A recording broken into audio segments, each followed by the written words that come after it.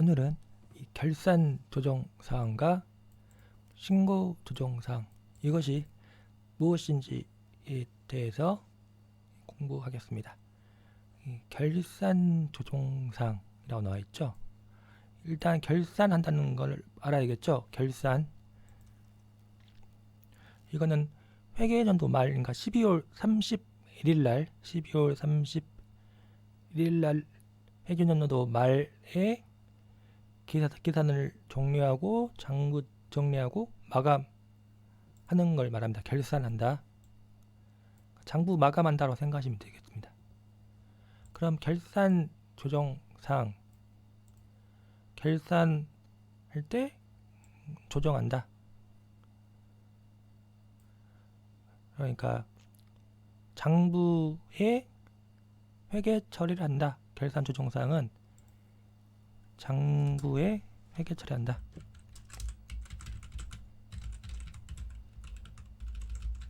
장부에 회계 처리한다. 이렇게 생각하시면 되겠습니다.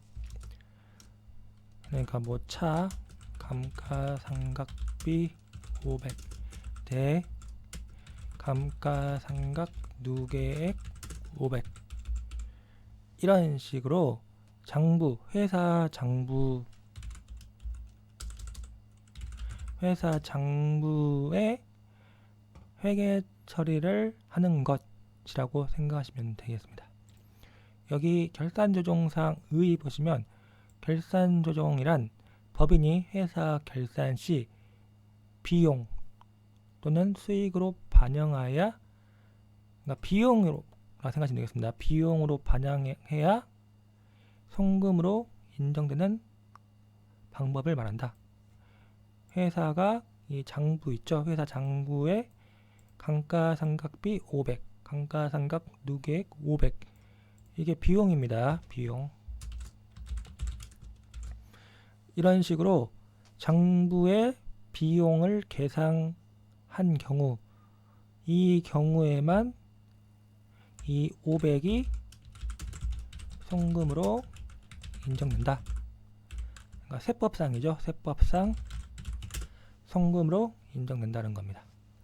만약 회사가 이 감가상각비 500을 장부에 회계 처리하지 않은 경우, 그러니까 장부에 감가상각비를 계상하지 않았다. 그러면은 이 송금으로 인정받지 못한다는 겁니다. 그러니까 이거는 법인세랑 연결되죠. 법인세. 장부의 비용을 계상했는데 이게 법인세법상 송금으로 인정받는다. 그러면은 그 각 사업연도 소득 금액이 줄어든다는 겁니다. 그렇기 때문에 법인세가 줄어든다.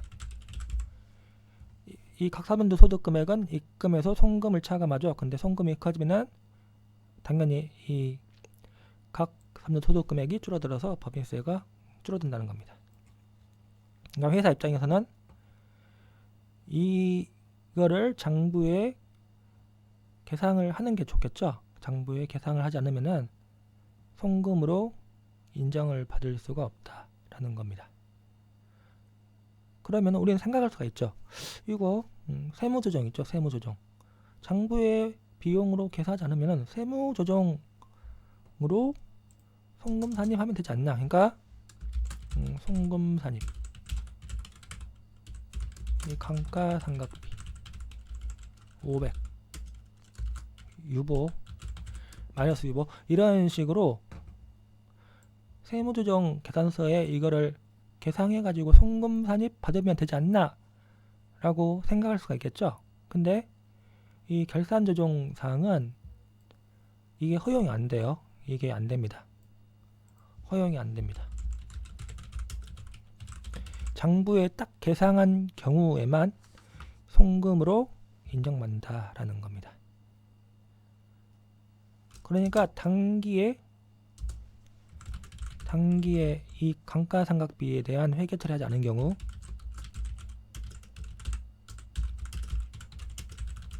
장기 세무 조정으로 송금 산입 못한다. 아시겠죠? 이게 결산 조정사항입니다. 그러면은 신고 조정사항이 뭔지 이제 감이 오시죠? 신고 조정사항. 신고 조정사항은 장부에 회계 처리하지 않은 경우 세무 조정으로 송금 산입할 수 있다. 할 수 있다라는 겁니다. 신고 조정사항은 회사가 회계 처리하지 않은 경우 세무조정으로 송금 산입한다. 근데 이것도 신고조정사항도 두 개가 있어요. 임의 신고조정사항이 있고 강제 신고조정사항이 있습니다. 임의 신고조정사항은 회사가 회계 처리하지 않은 경우 세무조정으로 송금 산입할 수 있다. 할 수 있다. 근데 강제 신고 조정사항은 회사가 회계 처리하지 않은 경우 세무조정으로 송금 산입하여야 한다. 세무조정으로 송금 산입하여야 한다는 겁니다.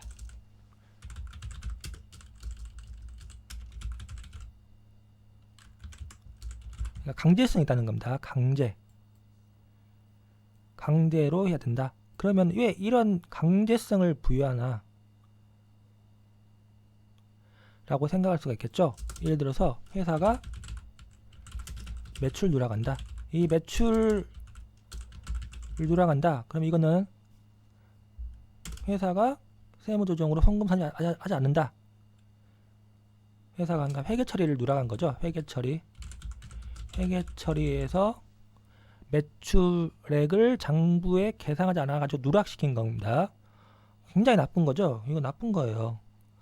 그러면 매출을 누락했으니까 세무조정으로 송금 산입해야겠죠. 만약 이런 거를 세무조정 송금 산입할 수 있다. 그러면은 이 사람은 영원히 매출을 누락하고 세금 안 낼 수가 있다는 거예요. 그러니까 강제적으로 송금 산입해야 된다. 세무조정으로 송금 산입해야 한다. 이게 강제신고 조정사항입니다. 그리고 만약 이 사람이 신고조정 세무조정 계산서에 또 그 매출 있죠. 입금산입 매출액 이런 식으로 해가지고 세무조정하지 않은 경우 나중에 걸리겠죠. 걸리면 과세관청에 걸리면 세무조사 해가지고 걸리면은 가산세를 부과한다. 그러니까 과소신고 가산세죠. 과소신고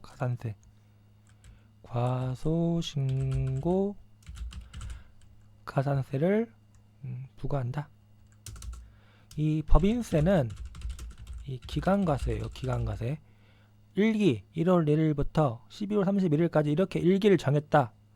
그러면 이 1기에 신고를 해야지 반드시 1기에 신고를 해야 합니다. 이거를 2기에 신고한다. 1기 매출을 2기 매출로 신고하면 가산세를 부과한다. 과소신고 가산세를 부과한다. 아시겠죠? 그러니까 일기예보는 반드시 일기에 반영해야 된다는 겁니다. 장부에 만약 하지 않았다. 그러면 세무조정 계산서에 계상을 한다라는 겁니다.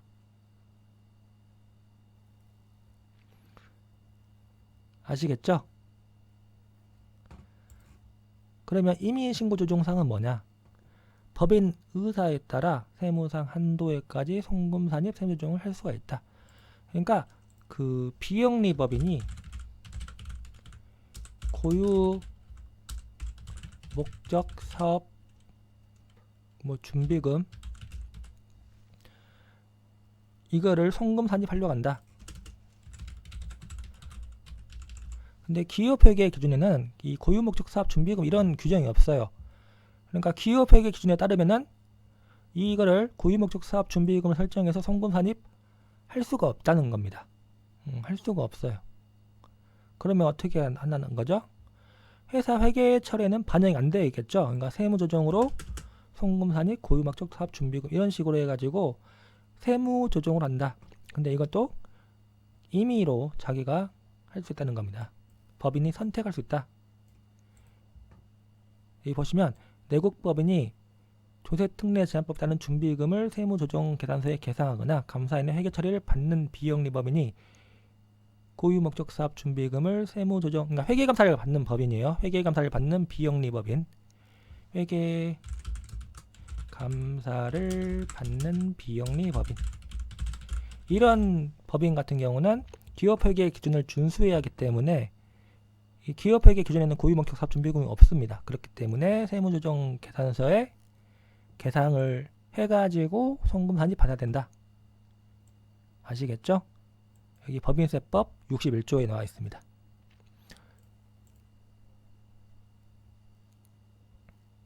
이 보시면 일시상각 준비금, 압축기장 준비금, 압축기장 충당금 이건 나중에 배웁니다. 일시상각 충당금, 압축기장 충당금 같이 과세 이연 성격의 임의신고 조정사항은 세법에서 특별히 인정하는 비용 항목이다. 그러니까 기업에게는 없어요.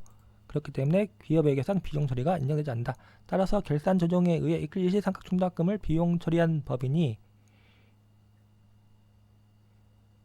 외부 회계감사 법인일 경우 적정한 감사 의견을 받을 수 없다. 그러니까 회계 처리를 해가지고 일시상각 충당금을 비용 처리하면은 이게 기업회계 기준에 입이된다는 거예요. 그렇기 때문에 회사 회계 처리로 할 수가 없다. 회계 처리로 반영할 수 없기 때문에 신고조정에 의해 송금 산입할 수가 있다. 즉 신고조정을 통해서 일시상각 충당금을 설정해가지고 송금이 산입한다. 그래가지고 법인세 부담을 줄일 수가 있다. 이 임의신고 조정 항목이 일시상각 충당금, 압축기장 충당금, 조세특례법 제한법에 의한 준비금, 고유목적 사업 준비금, 주당 이연 준비금 이런 게 있다는 겁니다. 즉 임의신고 조정사항은 결산조정과 신고조정 모두 인정된다. 하지만 이 강제신고조정사항은 말했죠. 매출 누락 이거는 법인 의사와 관계없이 강제로 세무조정을 해야 한다. 법인이 선택할 수가 없다. 즉 결산조정사항과 임의신고조정사항 이외에는 모두 강제신고조정 항목이다. 강제신고조정 항목을 비용으로 계산하지 않은 경우 세무조정으로 송금 산입해야 한다는 겁니다. 그러니까 일기 매출 누락하면은 그 일기 세무조정 계산서에 이걸 계산해야 되고 이거를 일기 안 하고 만약 2기 한다 그러면 과소신고 가산세가 부과된다는 겁니다. 이 소멸시효 완성 채권의 경우 소멸시효 완성 소멸시효 아시죠? 소멸됐다는 겁니다. 그 채권의 시효가 소멸됐다. 그러니까 채권의 효력을 상실했기 때문에 이 채권자가 더 이상 채권에 대한 대금을 요구할 수가 없다는 겁니다. 소멸시효가 완성되면은 단기 소멸시효가 완성된 경우 그러니까 이 채권에 대해서 받을 권리가 없어진다는 거죠. 그러니까 대손금으로 송금 처리한다. 대손금 아시죠? 대손금 기업 회계원리법 나오잖아요. 자기가 채권 회사가 물건을 만약 1억 원어치 판다. 그러면 그걸 전부 일단 외상으로 파잖아요. 외상으로 파니까 나중에 대금을 회수를 전부 1억 한다는 보장이 없잖아요. 거래처가 돈 안 줄 수도 있고 도망갈 수도 있고 그런 거잖아요. 또 대금 지급할 상황이 안 돼가지고 못 줄 수도 있는 거고 그래가지고 소멸시효가 완성됐다. 그러니까 매출 채권의 소멸시효가 완성됐다. 이거는 더 이상 못 받는다는 거예요. 그 대금을 못 받으면은 그거는 이제 송금 처리해야겠죠. 그 채권에 대해서 송금 처리한다. 그러니까 채권 더 이상 못 받았기 때문에 어차피 그 채권은 매출액 이런 식으로 해가지고 매출액은 수익이잖아요. 아시겠죠? 그 물건 판 만큼 매출액은 수익. 그러니까 그만큼 단기순이익 증가되고 법인세를 납부했을 거예요. 하지만 나중에 그거를 못 받는다. 그러면 그만큼 매출채권을 대손상각비, 대손충당금 또는 대상상각비로 계산해가지고 상계시킨다. 아시겠죠? 이렇게 대손상각비, 만약 대손충당금 없다. 그러면 대손상각비 뭐 1억 원, 매출채권 1억 원, 아니면 뭐 대손충당금 1억 원, 매출채권 1억 원, 이런 식으로 상계를 시킨다. 지금 이거 제가 하는 말은 좀 어려운 말이에요. 이래독은 해야지 좀 이해가 될 거예요. 어쨌든 이 매출채권 못 받으니까 그거를 대손금으로 송금 처리해야 한다는 겁니다. 그러면 그만큼 또 법인세 부담이 줄어든다는 거죠. 이미 전에 냈던 법인세를 다시 환급받는 그런 효과가 있다는 겁니다. 근데 이 소멸시효는 완성된 채권 대손 처리하는 거는 강제 신고 적용 사항입니다. 소멸시효가 완성된 3년도에 송금 처리하지 않으면 그 3년도에 송금으로 인정받을 수 없다. 그러니까 일반약서 2기에 한 5기라 할까요? 5기에 소멸시효가 완성됐다. 이 매출채권이 5기에 소멸시효가 완성된 경우 그 다음 3년도에는 송금 인정받을 수 없다. 그러니까 반드시 5기에 송금 산입해야 한다는 겁니다. 송금 산입 받아야 된다. 만약 해결 처리하지 않으면 세무조정한다. 그리고 만약 그 기간을 넘기면은 경정청구입니다. 경정청구를 해가지고 송금 산입 할 수 있다. 국세기본법 나오죠. 경정청구. 회사가 이 소멸시효 완성채권에 대해서 송금을 받으려면은 반드시 그 소멸시효가 완성된 그 해에 송금 산입을 해가지고 인정받아야 된다. 그리고 그 만약 넘긴다, 5기에 소멸시효가 완성됐는데 그걸 하지 않아, 그 송금 인정 받지 않아 6기에 뒤늦게 발견했다. 그러면은 경정 청구를 해가지고 송금 인정 받아야 된다. 이 강제 징후 조정 사항은 배웠죠? 회사가 해결 처리하지 않은 경우 강제적으로 세무조정해야 된다. 여기 송금 산입 방법 보시면 결산 조정 사항은 법인 결산상 비용으로 계상해야 송금 인정받는다. 하지만 신고 조정 사항은 장부에 반영해야 되고 장부에 반영하지 않으면 세무조정으로 송금 산입해야 된다. 송금 인식 시기는 결산서의 결산 조정 사항은 결산서의 계상한 3년도. 그리고 강제 신고 조정 사항은 그 기속 3년도입니다. 송금 기속 3년도. 그리고 결산 조정 사항은 경정 청구 불가. 근데 신고 조정 사항은 경정 청구, 강제 신고 조정 사항은 경정 청구 가능. 임의 신고 조정 사항은 각각 다른. 이거 약간 좀 복잡하니까 이거는 지금 임의 신고 조정 사항 이거는 그냥 참고로 한번 보세요. 이 보시면 강제 신고 조정 사항은 그 3년도에 송금이므로 단기에 송금으로 인정받지 못하면 경정 청구로 해가지고 송금으로 인정받아야 된다.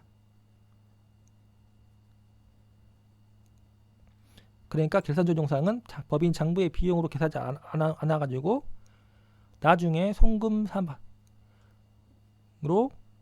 인정할 수 있다. 장부에 계상한 연도에 장부의 결산 조정 사항은 장부의 비용으로 계상한 연도에 송금 인정받는다. 하지만 강제 신고 조정 사항은 송금 산입 시기를 조정할 수가 없다. 그러니까 장부에 계산하지 않았다. 그러면 강제적으로 세무조정 계산서에 송금 산입 이런 걸 해야 되고 그렇게 하지 않은 경우에는 그 다음 연도에는 송금 산입 못 받으니까 경정 청구를 해야 된다라는 겁니다. 그럼 여기서 이제 결산 조정 사항을 봐야겠죠. 결산 조정 사항은 일단 감가상각비가 있습니다. 감가상각비는 나중에 배우면은 정확하게 알 수가 있어요. 다만 이 예외적으로 뭐 국제회계 기준 이거는 그냥 참고로 한번 보세요. 그다음에 감가상각의제 이거는 좀 중요합니다. 감가상각의제 이것도 나중에 감가상각비 파트 보시면 나옵니다. 그리고 보시면 퇴직급여 충당금 이게 결산 조정사항이고 퇴직연금 충당금은 강제신고 조정사항이다. 이 강제신고 조정사항이기 때문에 퇴직연금 충당금이 좀 복잡해집니다. 이 퇴직연금 충당금은 만약 이게 이 결산 조정 사항이다 그러면은 회사가 이거를 회계 처리하지 않고 세무 조정하지 않고 나중에 그 퇴직할 때 임원들 퇴직할 때 퇴직급여로 해가지고 송금 인정 갈 수가 있거든요. 근데 이게 강제 신고 조정 사항이기 때문에 복잡해집니다. 확정 급여형 퇴직연금 나오거든요. 나중에 이제 여러분들이 확정 퇴직연금 충당금 보시면 멘붕 빠질 거예요. 멘붕에. 이게 어렵습니다. 퇴직연금 충당금. 이게 강제 신고 조정 사항이기 때문에 어려워진다. 그 다음 보시면 대손 충당금 뭐 이런 게 있다. 일시상각 충당 압축계정 충당. 이거는 이게 좀 주의하세요. 일시상각 충당금 압축계정 충당 이거는 결산서에 계산하지 않은 경우 임의 신고 조정 가능하다. 그러니까 회사가 장부에 계상할 수도 있다는 겁니다. 근데 그 기업 회계 기준을 적용받는 법인 같은 경우는 장부에 계상하지 못하기 때문에 신고 조정으로 할 수 있다. 그다음에 조세특례자법에 의한 준비금 마찬가지죠. 이것도 법인세법 사용 준비금 이것도 임의 신고 조정 사항이 가능하다. 그 다음에 보시면 자산의 평가차손 이거죠. 파손 부패 이런 거. 파손 부패라는 거는 그 재고자산이 정상 가격으로 판매할 수 없다는 겁니다. 계란이 뭐 유통기한 지나버리는 경우 이런 거는 이제 폐기해야 했죠.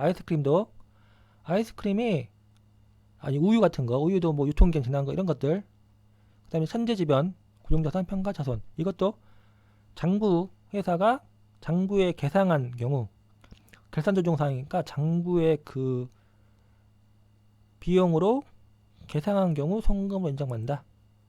외워야겠죠 이거. 시설 개체, 기술 낙후로 인한 생산설비 폐기 손실. 이거는 그 철거하는 거예요. 생산설비를 철거한 경우, 철거를 한 경우. 그다음에 뭐 주식 파산한 경우, 주식 평가 손실 이런 것들 이거 외워야 됩니다. 자산의 평가차손 이거 중요해요. 이거 시험 잘 나옵니다. 아시겠죠?